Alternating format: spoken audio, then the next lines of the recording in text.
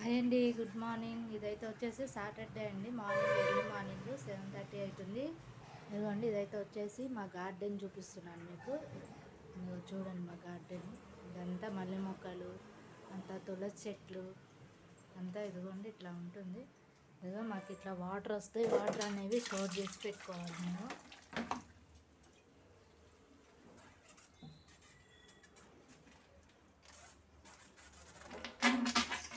ఇదిగోండి,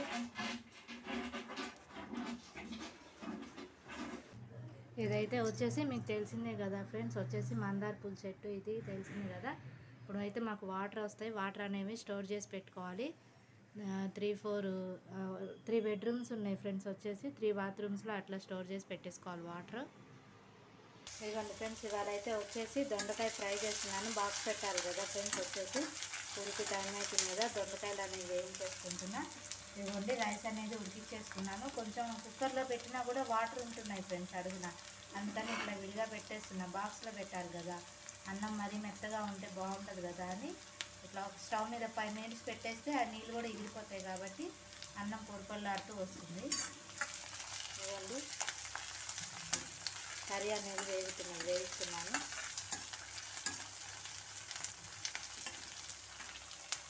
ఒక పక్క వాటర్ స్టోర్ చేసుకోవాలి, ఒక పక్క ఇవన్నీ ప్రిపేర్ చేసుకోవాలి. మార్నింగ్ అయితే నాకు హడావుడి ఉంటుంది ఫ్రెండ్స్. వచ్చేసి ఇదిగోండి ఫ్రెండ్స్, వచ్చేసి వెజిటేబుల్స్ అవి తీసి పెట్టాను. ఒక దొండకాయ కర్రీ కాకుండా ఇంకేం చేద్దామని చెప్పేసి బెల్లు మోగింది. అంటే నీళ్ళు వదులుతున్నాం పట్టుకోమని సిగ్నల్ ఫ్రెండ్స్. వచ్చేసి అది ఇది కర్రీ చేస్తున్నాను కాబట్టి ఏదైనా పప్పు చేస్తాను.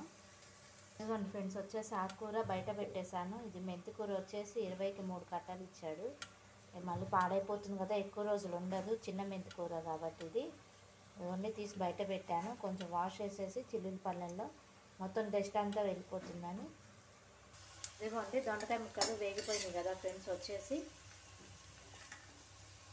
ఇవి ప్లేట్లోకి తీసేసుకుంటున్నాను. ఇదంతా ప్లేట్లోకి ఇట్లా తీసేసుకుంటున్నాను. మొత్తం దొండకాయ ముక్కలని మొత్తం తీసేసుకున్నాను. కర్రీ అనేది ఇది ఓన్లీ మా బాబు బాక్స్ వరకే చేస్తున్నానండి.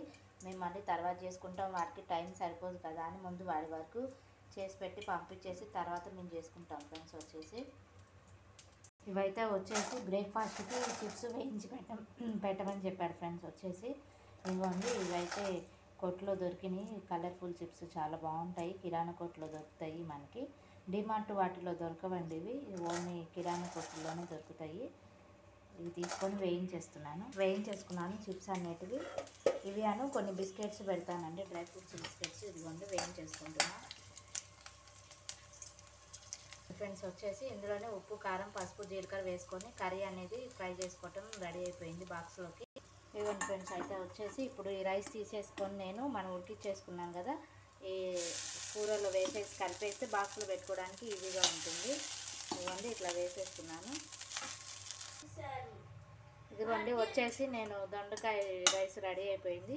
రైస్ కూడా వేసేసి బాండ్లీలోనే మొత్తం కలిపేస్తున్నాను. బాక్స్లో కంటే ఇందులో కర్రీ పెట్టేస్తే మనకి తొందరగా అయిపోతుంది కదండి, కలిసిపోతుంది మొత్తము. ఇదిగోండి ఫ్రెండ్స్, ఈలోపు స్టవ్ ఖాళీ ఉందని చెప్పి టీ పెడుతున్నాను. ఇదిగోండి, వచ్చేసి లంచ్ బాక్స్ అనేది పెట్టేసుకుంటున్నాను.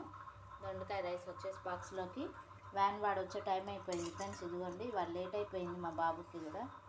అసలు లేవట్లేదు, వెదర్ వల్లనో ఏమో, చల్లగా ఉండటం వల్ల నైట్ ఏమో 10, 11 దాకా ఆడుకుంటారు, మార్నింగ్ ఏమో లేవరు.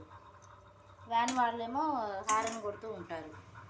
ఫ్రెండ్స్, లంచ్ బాక్స్ అనేది రెడీ అయిపోయింది. ఇది సరిపోదండి, రాగానే మళ్ళీ తింటాడు అన్నము. వచ్చేసి ఫ్రెండ్స్, వచ్చేసి స్నాక్స్కి ఎక్కువ టైం లేదని చెప్పి కొంచెమే పెట్టమని చెప్తాడండి. వచ్చేసి ఇదిగో చిప్స్ డ్రై ఫ్రూట్స్ బిస్కెట్ పెట్టేశాను. ఇది కాకుండా ఫ్రూట్స్ ఏమన్నా సీజనల్ ఫ్రూట్స్ ఉంటే అవి కూడా కట్ చేసి చిన్న బాక్స్లో పెట్టేస్తాను. రోజు ఇడ్లీ, దోశ అయితే వద్దని గోల పెడుతున్నాడండి. ఇదిగోండి ఫ్రెండ్స్, టీ అనేది అయిపోయింది, కప్లో పోసేసుకుంటున్నాను. పాల ప్యాకెట్స్ వచ్చేసినాయి ఫ్రెండ్స్. ఇదిగోండి, పాల ప్యాకెట్స్, పేపర్ అనేవి వచ్చేసినాయి.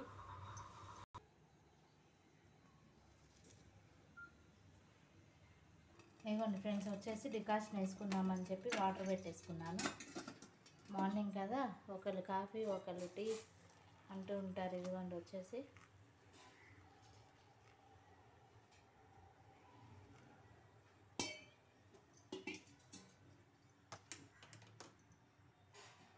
ఇదిగోండి ఇదిగోండి ఫ్రెండ్స్ వచ్చేసి ఇప్పుడు మంత్ స్టార్ట్ అయిపోయింది కదా ఫ్రెండ్స్ వచ్చేసి ఇంకా పాల బిల్లు అని, కరెంటు బిల్లు, మెయింటెనెన్స్, అట్లానే వ్యాన్ అని, వెజిటేబుల్స్, గ్రాసరీస్, గ్యాస్ అని ఇక మనకు ఉంటాయి కదా.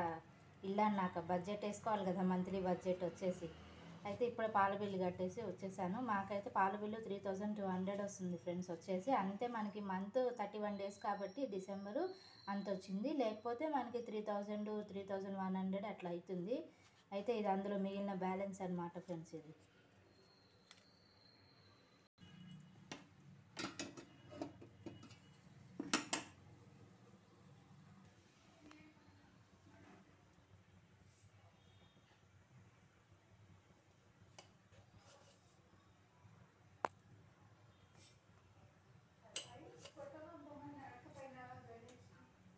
ఇదిగోండి ఫ్రెండ్స్ వచ్చేసి పాలు పొంగి వచ్చేసినాయి కదా. ఇదిగోండి డికాషన్లో పోసేస్తున్నా, కాఫీకి ప్రిపేర్ చేసుకుంటున్నా.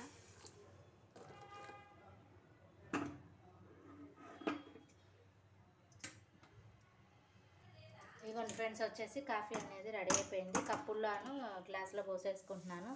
మంత్ కదా ఫ్రెండ్స్ వచ్చేసి అసలు 15th డేట్ దాకా నాకైతే అసలు ఏ ఒక బిల్స్ కట్టడము, బయట గ్రాసరీస్కి వెళ్ళటము, సరుకులు తీసుకురావటం అన్నీ అట్లానే అయిపోతూ ఉంటాయి ఫ్రెండ్స్. అసలు 15th దాకా అసలు టైమే ఉండదు.